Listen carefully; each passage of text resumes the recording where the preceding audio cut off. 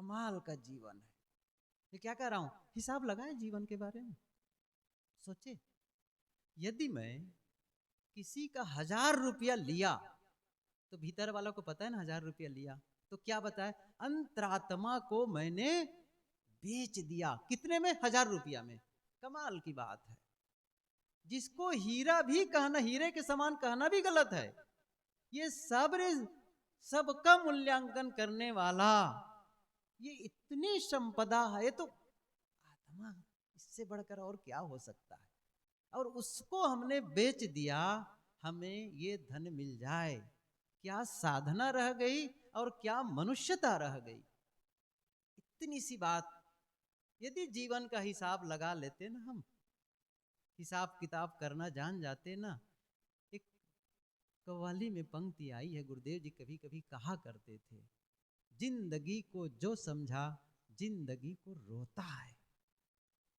जिस दिन जिंदगी के महत्व को समझेंगे, ये फिर मिलने वाला नहीं है, ये अवसर मिलने वाला नहीं है। आज बहुत लोग हैं जिन्हें दिखाई नहीं देती है, अंधे हैं, मुझे आंख है। कई लोग हैं जिनके पैर नहीं, हाथ नहीं, कान नहीं, मुंह नहीं, मुझे वह सब मिला है। समझ रहे ना। अब कितना सुलभ है ये सब करना। अब साधना करना, कल्याण करना, सुंदर जीवन जीना, सफल जीवन जीना कितना सुलभ है। और इतना सुंदर हमें अवसर मिला, इतनी सुंदर व्यवस्था मिली, इतना बड़ा परिवार, इतना अच्छा समाज, और सदगुरु कबीर साहब जी का इतना सुंदर ज्ञान। और उसके बावजूद हम अपने पैर को नरक में ढाले चले जा रहे हैं। नहीं बंधु, ये जीने का सही तरीका नहीं है।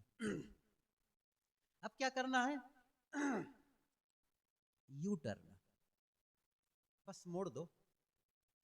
भूल हो गई, ठीक है, आज तक के हम नहीं समझ रहे थे, बस अब मैं वह नहीं करूंगा जो आज के पहले करता था।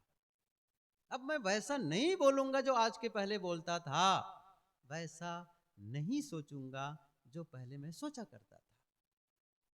देखो, आपके विचार बदले, आपके शब्द बदले, आपका व्यवहार बदले, कार्य बदले, जीवन का स्ट्रक्चर बदल जाएगा।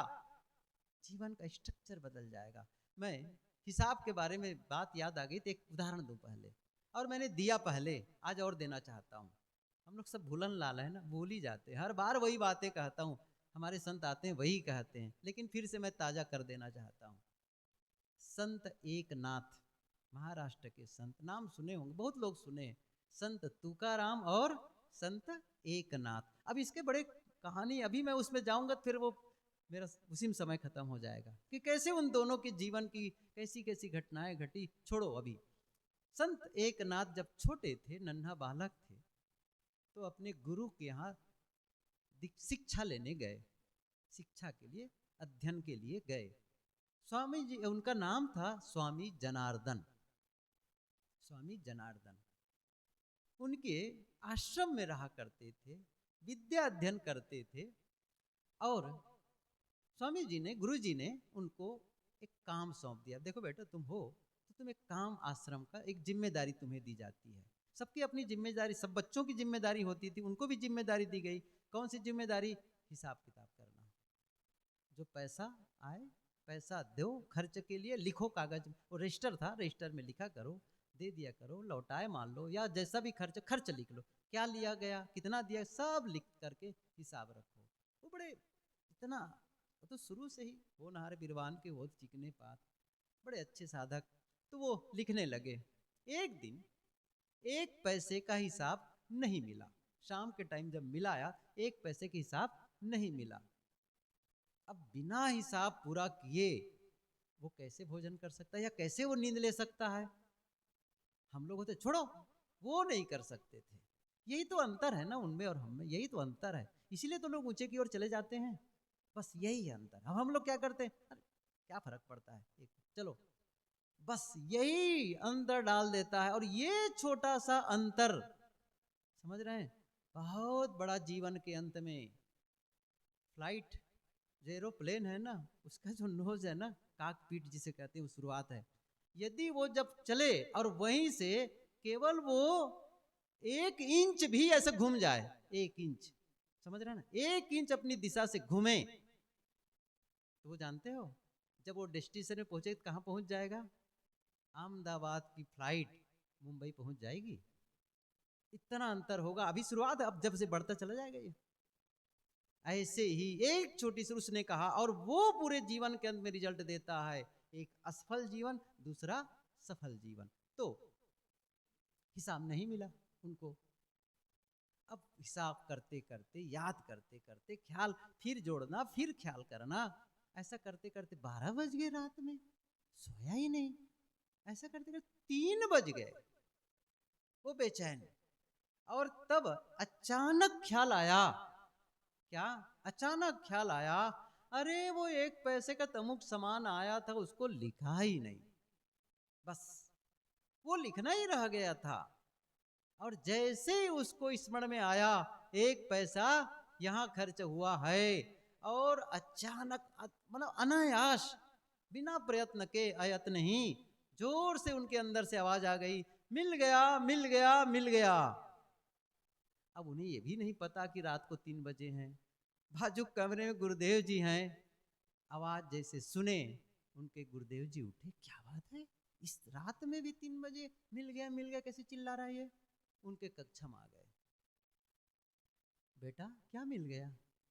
अब वो देखते ही गुरुजी बड़े संगो, यार गुरुजी क्या बताऊं, 1 पैसे का हिसाब नहीं मिल रहा था कल, और वो खोजते खोजते अभी मुझे पता चला कि वो लिखना ही भूल गया, और मुझे समझ ही नहीं आया, मैं पता ही नहीं पाया कैसे वो आवाज भीतर से आ गई, मिल गया, मिल गया, मिल गया कह करके। वो जो गुरुजी जी ने जो कहा ना, उनकी ये बात गांठ बांध लेने जैसी है। उन्होंने क्या कहा, बेटा 1 पैसे का हिसाब मिला तो तुम इतना खुश हो, इतना आनंदित हो, जिस दिन तुम्हें जीवन का हिसाब मिल जाएगा ना, उस दिन को खुशी को समझना, उस दिन समझना हम लोग बिना हिसाब लगाए जीवन जीते चले जा रहे हैं। तो अब फिर से बात करूं, क्या है वो सार्थक जीवन? फिर से मैं क्या कहा, वह जो हम जीवन में चाहते हैं। क्या चाहते हैं? क्या चाहते हैं? पूछो क्या चाहते हैं? देखो, आप अकेले चाहेंगे वो आपका है, आपका है। जिसको सब चाहें, वही जीवन की इच्छा है, वही जीवन की चाहत, जिसको सब ना, सब, एक व्यक्ति की नहीं। जैसे कोई कहे मुझे इतनी ऐसी गाड़ी चाहिए, वो आपकी है, दूसरे को नहीं चाहिए। किसी को कोई मकान, मुझे शादी, मुझे बच्चे, अरे वो आपकी है भाई। एक ऐसी मांग जीवन की, एक ऐसी चाहत जिसे कोई न कह सके, सब हाँ करें, और वो क्या है?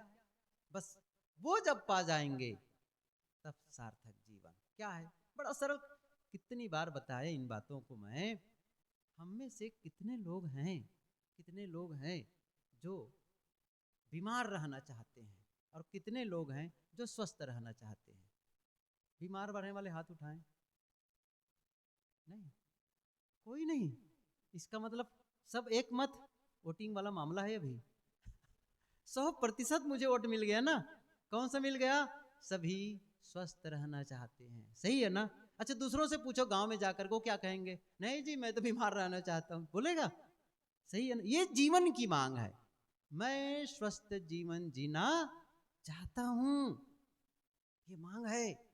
दूसरी बात,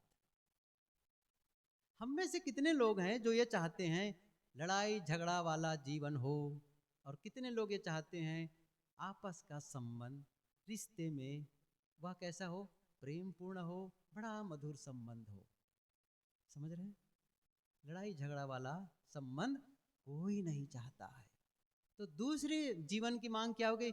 मैं मधुर संबंध चाहता हूं, प्रेम पूर्ण रिश्ते चाहता हूं।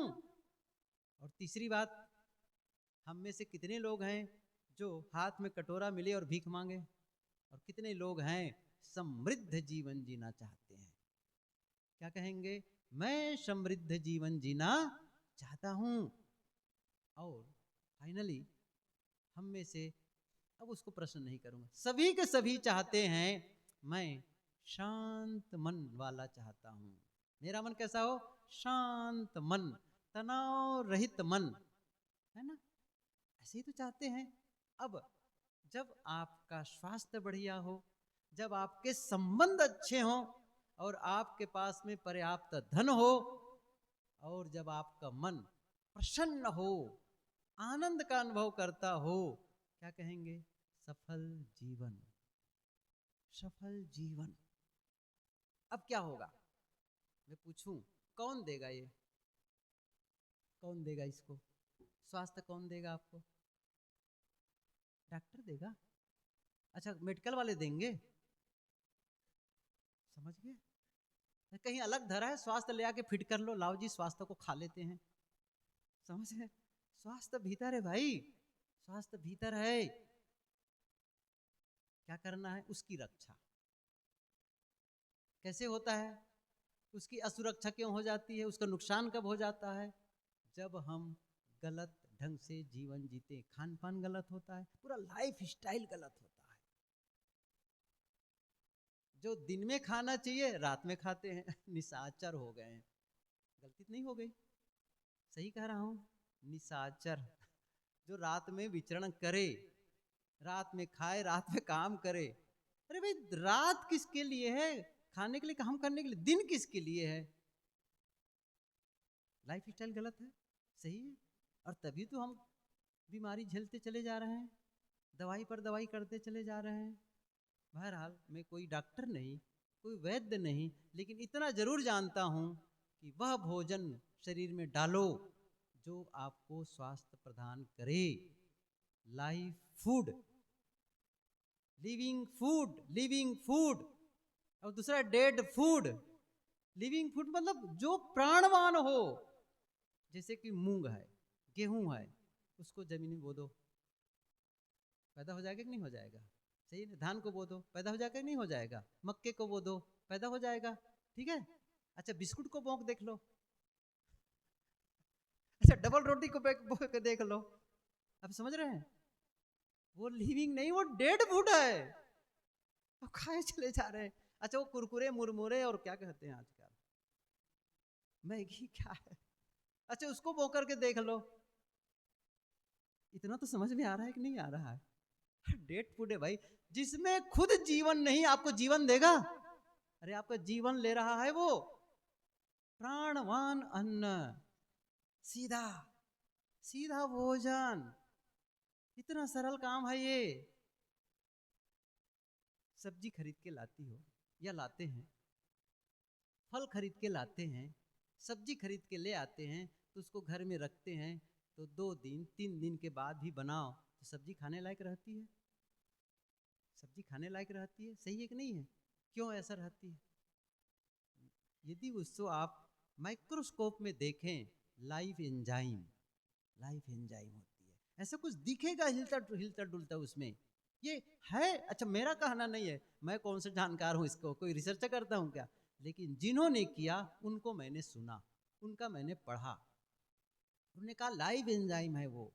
लेकिन जब आप उसे, भिंडी ले आए, करेला ले आए, अब उसको तेल में इतना छान रहे हैं, इतना उसको जला रहे हैं, अब उसके बाद देखो उसमें सारे एंजाइम मर गए हैं। जितना जलाओगे उसमें कोड होता है, कोड। अब आप लोग कहे साहब का डॉक्टर बनने की कौन जरूरत है आपका? मैं सचमुच नहीं हूं लेकिन मुझे इतना अच्छा लगता है इन सब बातों को मैं बताऊं, ताकि अच्छा जीवन जी सको। जो मैं जानता हूं, अच्छा जीवन जी सको इस चीज में, जीवन को। और ऐसा नहीं है कि जीवन गड़बड़ हो गया तो हम ठीक नहीं कर सकते। एक सूत्र बताते चलूं, आपसे चाहे जितनी गलती हो गई हो, आप बदल सकते हैं। बस देरी कभी भी नहीं हुई है, होती नहीं है देरी।